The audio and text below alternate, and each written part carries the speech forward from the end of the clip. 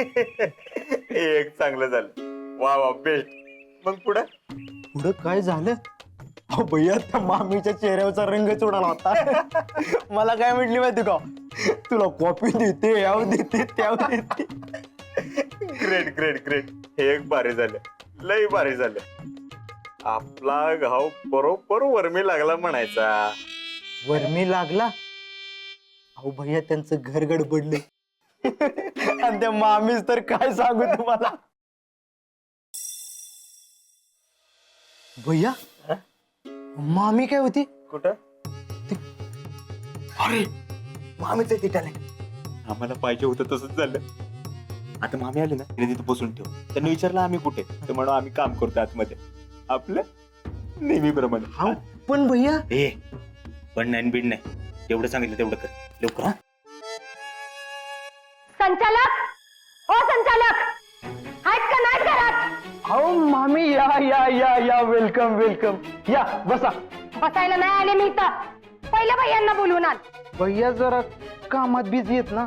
ती busy busy काय सांगू नकोस मला. पहिलं त्यांना बोलवून आण, नाहीतर मीच जाते. हो मामी. शांत व्हा मामी, मी आणतो की बोलून लगेच. आणि दुसऱ्या मिनिटाला नाही तुम्ही दोघं बी बाहेर आले ना, तर मीच जाऊन बघीन. अहो मामी तुम्ही कशाला, मी लगेच घेऊन आलो भैयांना. मामी तुम्ही मिल्कशेक घेणार का? तू आधी भैयांना बोलव, मग बघू ते बाकीचं. अहो मामी कूल डाऊन, तुम्ही बसा इथं, मी आलो भैयांना घेऊन. कूल डाऊन म्हण.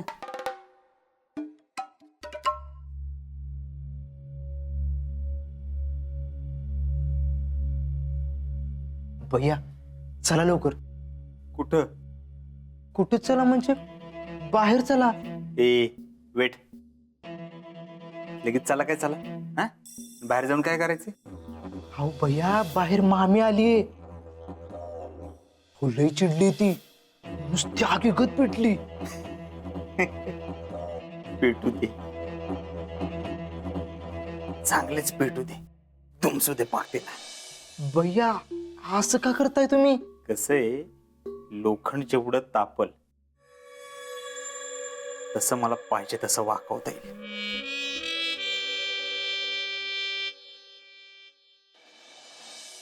नाना काय कामात आहे वाटतं? वहिनी समाधान. बस बस. भाऊजी अरे कामात कसले, रोजचेच व्याप आपले. थांबा, चहा ठेवते. नको नको वहिनी, चहा नको.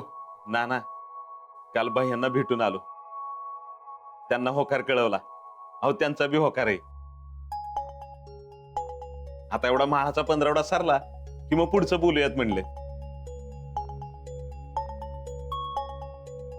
माफ करा वहिनी, नाना काय तुम्हाला बोलले नसतील, पण हर्षवर्धनचं आणि जेडीचं लग्न ठरलंय.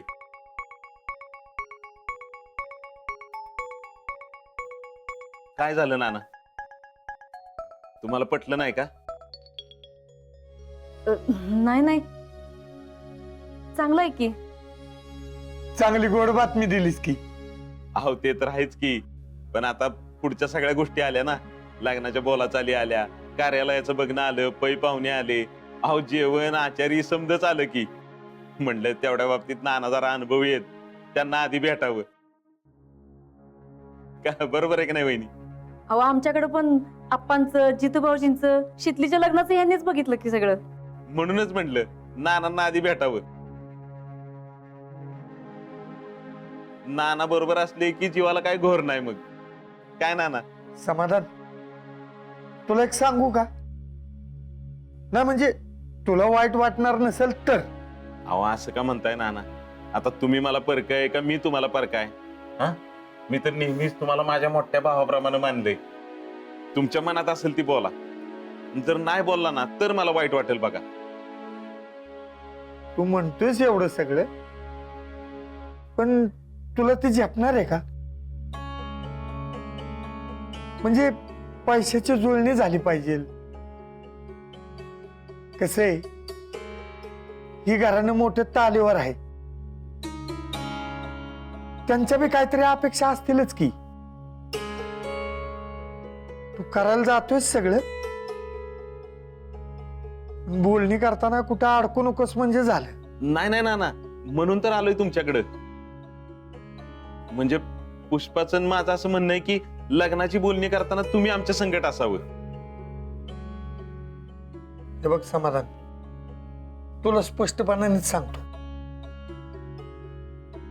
मला असं वाटतंय की मी ह्याच्यात काय पडू नये. आधीच आमच्या बाबतीत हे असं झालं आणि परत त्याच संदर्भात त्या घरात जाणं म्हणजे ती बरोबर दिसत नाही रे.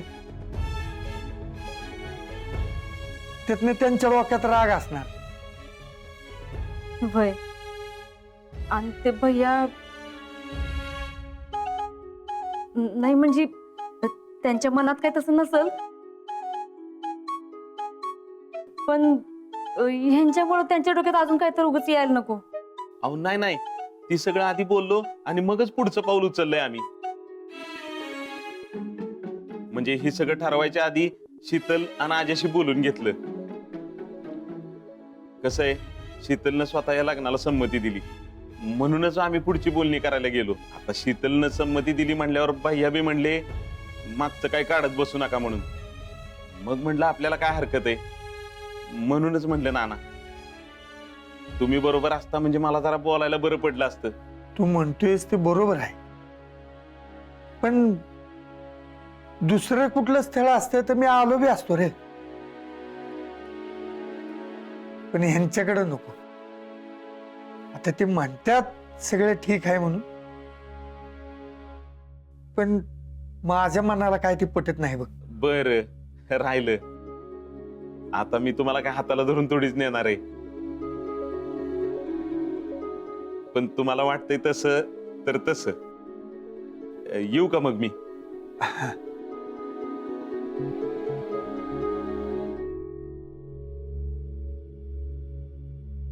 समाधान, उगाच मनात काहीतरी धरून बसू नकोस. अहो नाही नाही नाना, तसं अजिबात काय नाही. खर तर मला काम आहे म्हणून मी निघालोय. येऊ का?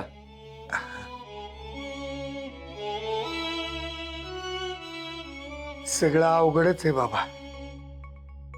तेच की मी तुम्हाला म्हणलं नाही का, काल शीतल आलती, ती पण सांगत होती अहो खर तर त्या दोघांचा बी लग्नाला विरोध आहे. मग शीतलने परवानगी कशी दिली? अहो ते सगळा गैरसमजच झालाय बघा. म्हणजे शीतलला जसं कळलं ना तसं तिनं अजिंक्यनं सांगितलं, तर अजिंक्य म्हणले की मामान घरातले सगळे आनंदात आहेत, तर आपण त्याच्यात काय पडायला नको. आणि सगळ्यांचं हिरमोड होईल म्हणून दोघं बी गप्प बसल्यात बघा. या लग्नाच्या भानगडी म्हणजे लय नाजूक विषय असतोय बघ. कधी कशावरून कुणाचं मन दुखावलं जाईल काय सांगता येत नाही.